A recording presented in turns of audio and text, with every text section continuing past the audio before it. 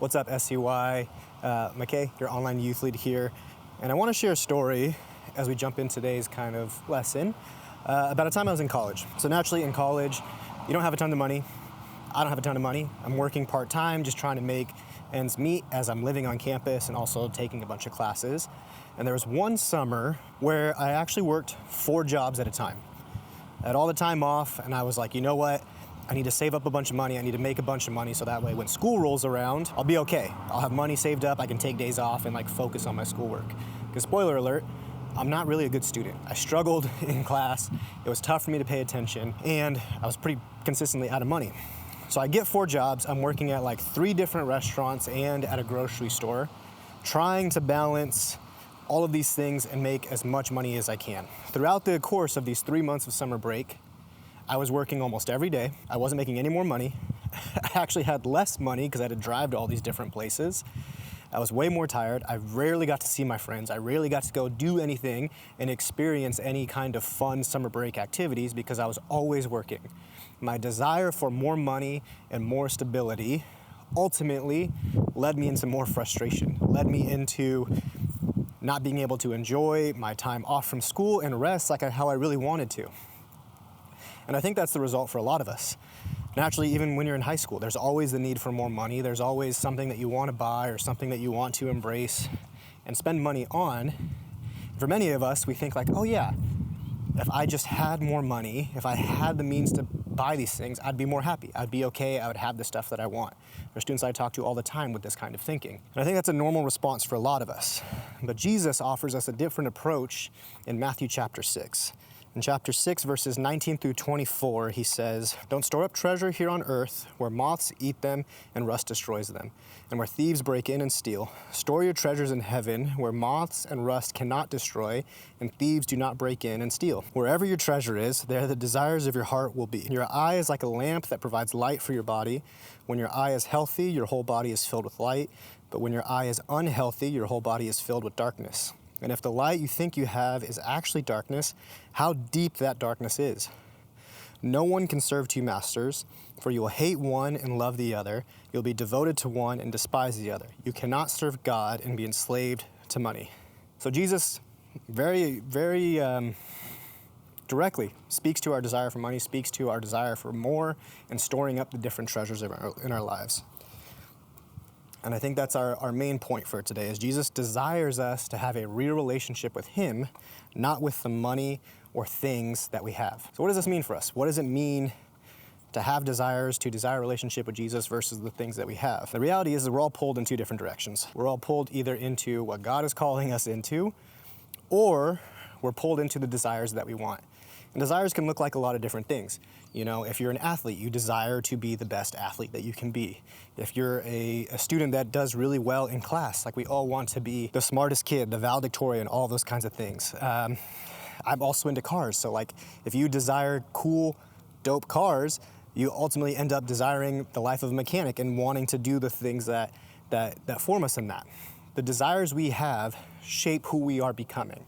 It's almost impossible to desire something and not become that. If I wanted to be, let's say, a great surfer, if I desired to be a great surfer, but never went to the beach, never went to get a surfboard, never did the steps to become a surfer, the desire would leave me empty. But those desires form us and shape us into the people that we want to become. Desires, because of our sinful nature, can have negative effects. They start to control our lives, they start to control all of our thoughts, and when things get tough, putting our desires in the wrong place ultimately affects our mental health. You know, if you're an athlete, pretty soon, at a certain point, that workout schedule, the practice schedule, those things start to take priority over other things in your life.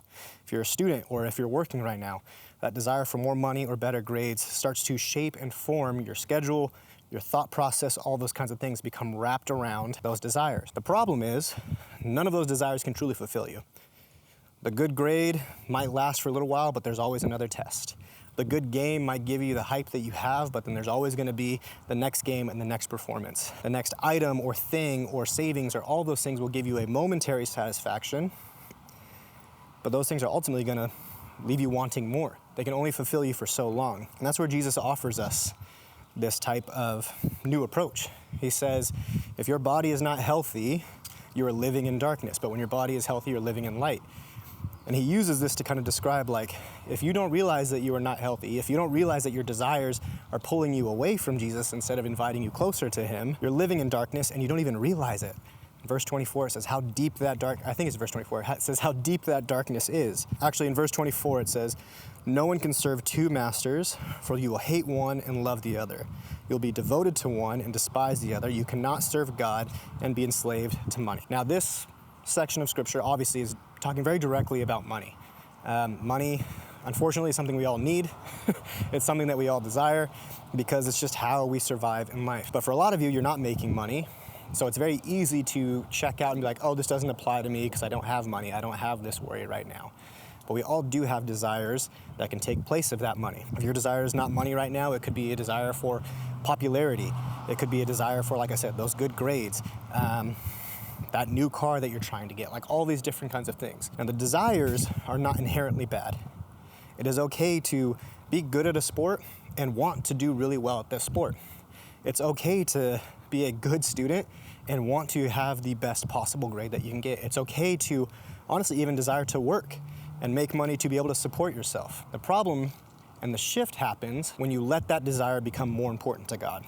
If your desire for success in your sport is bigger than your desire to have a deep and intimate relationship with Jesus, that's going to let you down. If your desire to have good grades so that you can be the student that's valedictorian and get all the pat on the backs and all those kinds of things, that's going to let you down. That celebration, that success is going to go away and leave you empty at a certain point. And Jesus is inviting us to take a look at our desires and to start putting our treasures, like he says in the verses, in the right place, storing them up in heaven, storing them up in a relationship with Jesus. Now you might be asking, okay, so what does that mean? How do I do that? One of the easiest ways, and one of the ways I've learned to start aligning myself and seeing, okay, what do I need to desire in my relationship with Jesus? The first step is prayer. Take some time to really talk with God. That's one of the beautiful things about a life with Christ is we can have direct conversations with God. We don't have to go to a mediator. We don't have to go to a confessional. We don't have to do all these different places. We can just come straight to the feet of Jesus and say, hey, I desire a deeper relationship with you. Secondly, start reading scripture. Start looking over these words of Matthew, of Mark, of Luke, and John. Look at the words that they wrote down that Jesus said, because those will help you focus on what Jesus desires for our lives, whether it be loving our neighbors, offering grace and forgiveness and caring for the poor, while also helping us recognize the desires that we do have. Like I said, not all desires are bad. Some talents you have been given in your life are gifts from God. But when you desire that gift more than you desire a real experience with Jesus, a real relationship with Jesus, it's going to let you down. We are not created to worship the creation. We are created to worship the Creator, which is God and his Son, Jesus, who died on the cross for us. So as we kind of wrap up today and we kind of think through what am I desiring, I just have 3 pretty quick steps and reflections for you as you navigate this. First question I have for you is, what do you desire today? What is the thing that comes to your mind that you want more than anything else? Take some time, sit in silence, and really ask yourself, what do I desire for my life? And in that, start to recognize, or start to ask the question, is this a good desire, or is this a bad desire? Remembering that some desires can be good, but are made bad when they are becoming more important than a relationship with Jesus. And that kind of leads me into the second question. Ask yourself, is this desire more important to me than my relationship with Jesus? Ask yourself, are you doing the steps to achieve that desire versus doing the steps to have a deeper and more intimate relationship with God? And then lastly, offer it up in prayer. Just take a few moments. I know prayer can be hard for a lot of us, but just offer up this simple prayer. Lord, this is the desire of my heart, whatever that desire may be. I ask that you help me to view it in a healthy way. Help me to put you first in my desires and help me develop a real relationship with you. So that prayer for me would be, God, I desire to be the best husband and father that I possibly can. Help me to remember that you are the most important desire of my life, and help me to continually make you a priority above all else.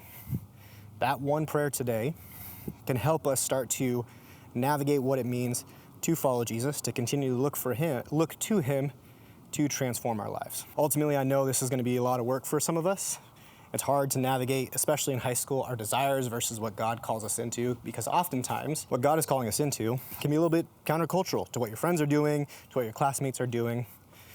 But I do know this. I know two things. One, I wouldn't ask you to do anything that I'm not doing.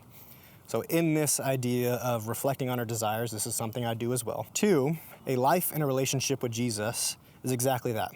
It's a relationship.